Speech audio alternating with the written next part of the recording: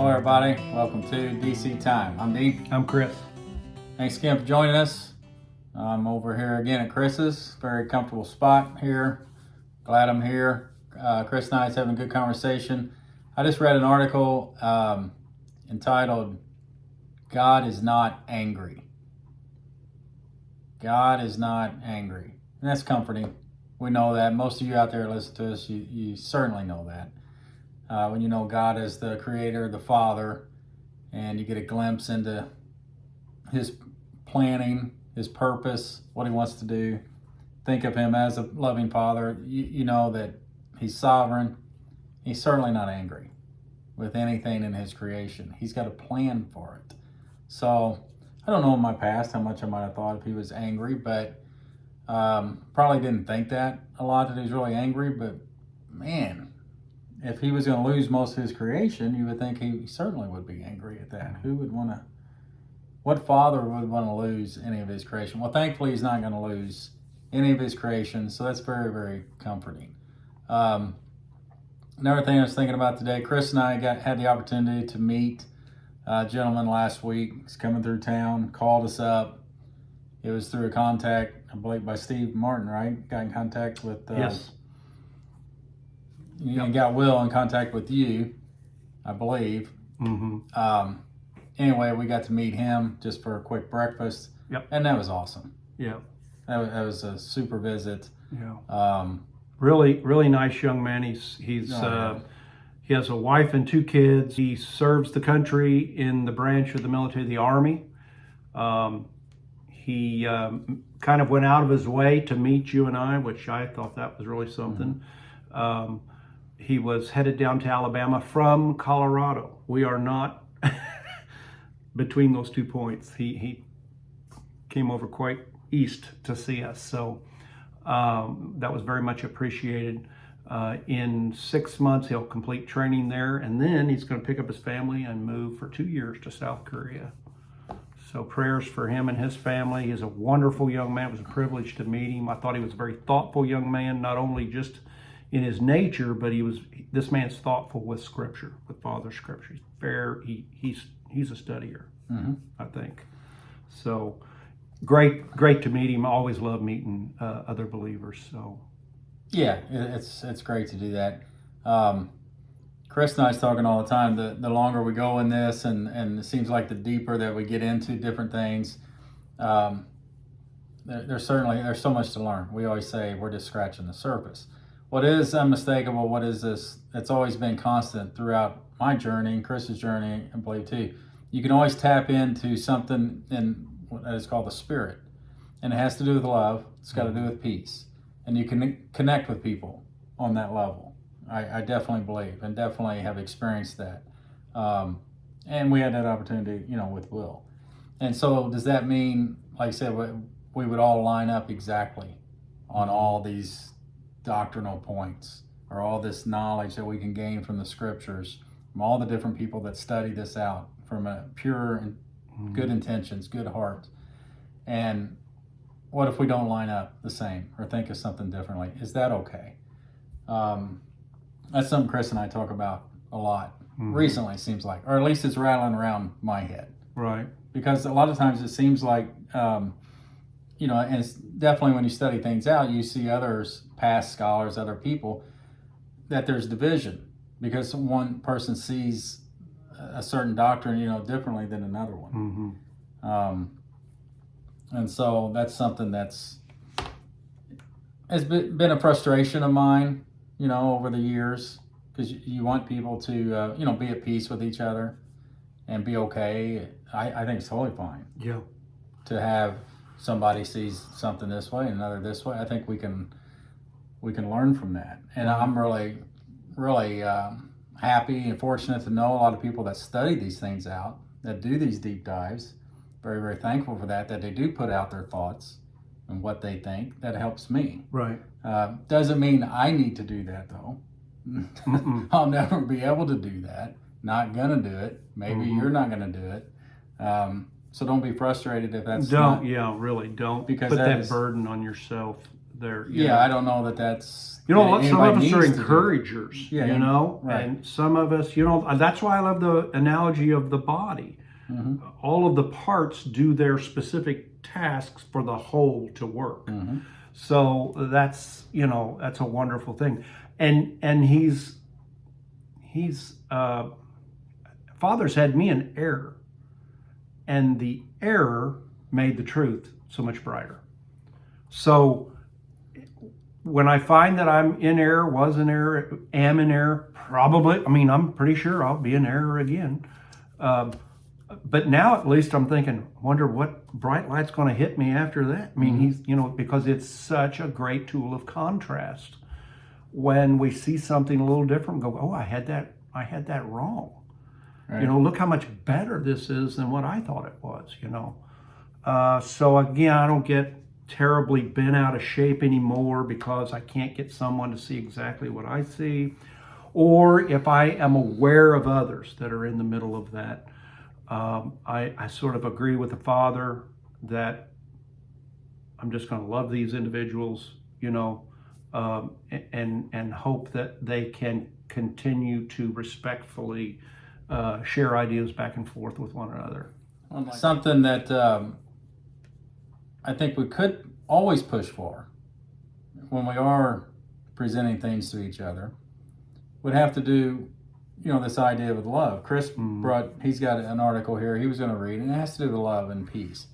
And I would think that we can always do that. We can always push our excitement, something that washes over us, and you get excited to the point of tears, to the point of, I just recently was talking to Michael Knotts on the phone, Sterling Perry. I don't know Sterling at all.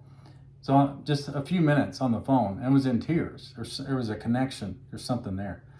So we can share with each other and share our beliefs and share the excitement. Hopefully, you're doing that there's this excitement of what's washed over you, this love, and you just can't contain it. Mm-hmm. And so I would welcome that. So, and I would like to hear two scholars that might see something a little different, but I would see their love about what they believe and why they believe.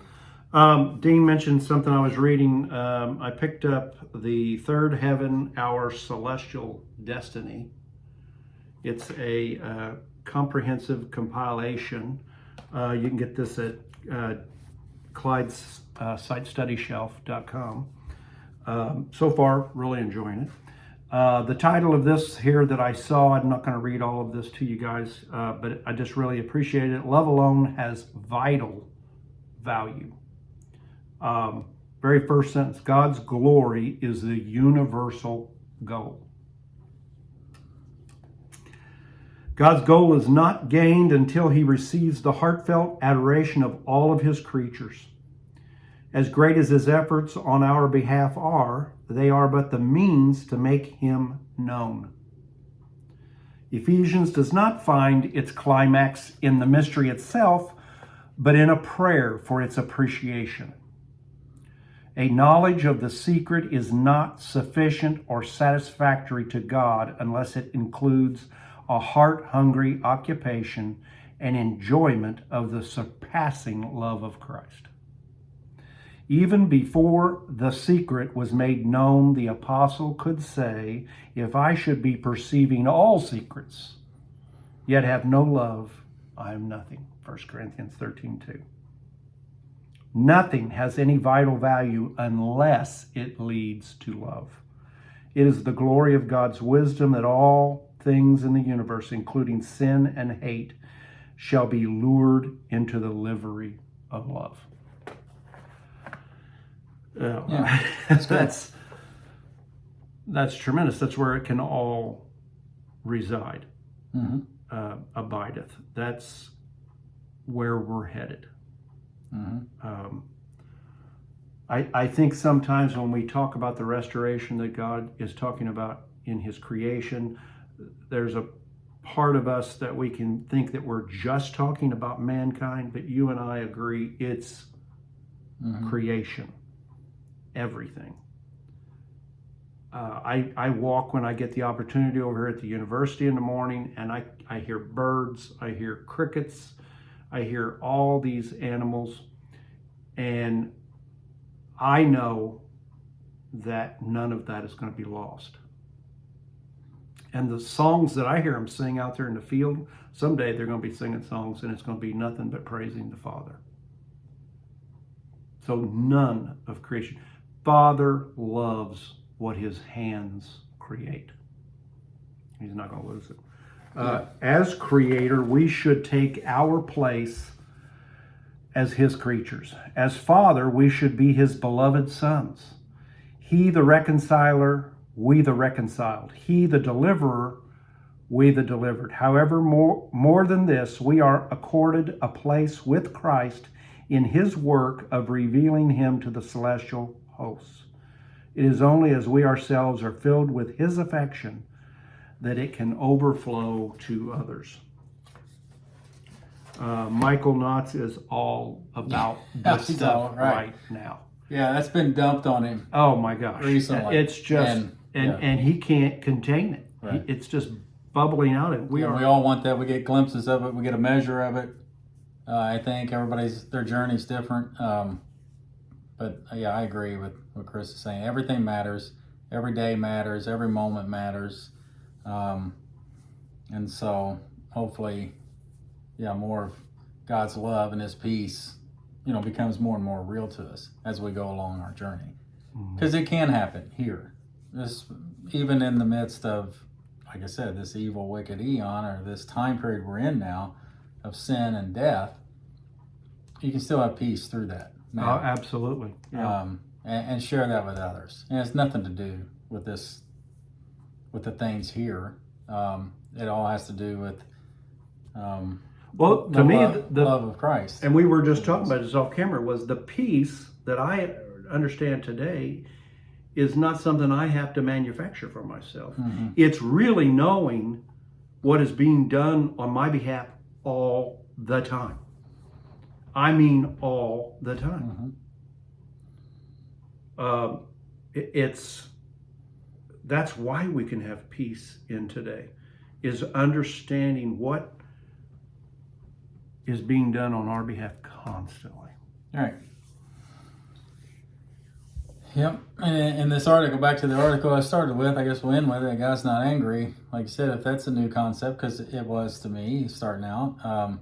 We remember being, like I said, our struggles of trying to gain salvation, whatever that meant. We was just trying to get out of. We thought we don't want to go to this bad place. We want to go to a good place. And once you got it, you had to somehow keep it. Yeah, and then we learned that it's by grace you're saved. It's not out of us. It's not out of you. It's because of the work of Christ. Mm-hmm. And so that's anybody that's listening to this forevermore. You're saved. God's not angry at you because of the work of Christ. You may not know it now or experience it now, but you will. That's good news. Yep. It's very good news. Yeah. Yeah, I read something this week from Clyde Pilkington, and he was going over the word logos. Really, really good. He's talking about God's wisdom. And he says something along the lines of wisdom does not operate on a whim. It operates after it calculates. Then it performs, then it operates. And he's relating that to the plan of the Father.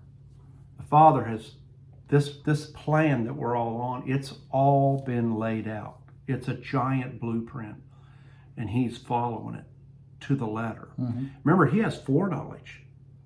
That's why he can say in Isaiah 46:10 that he tells the end from the beginning, because he's the father of the blueprint.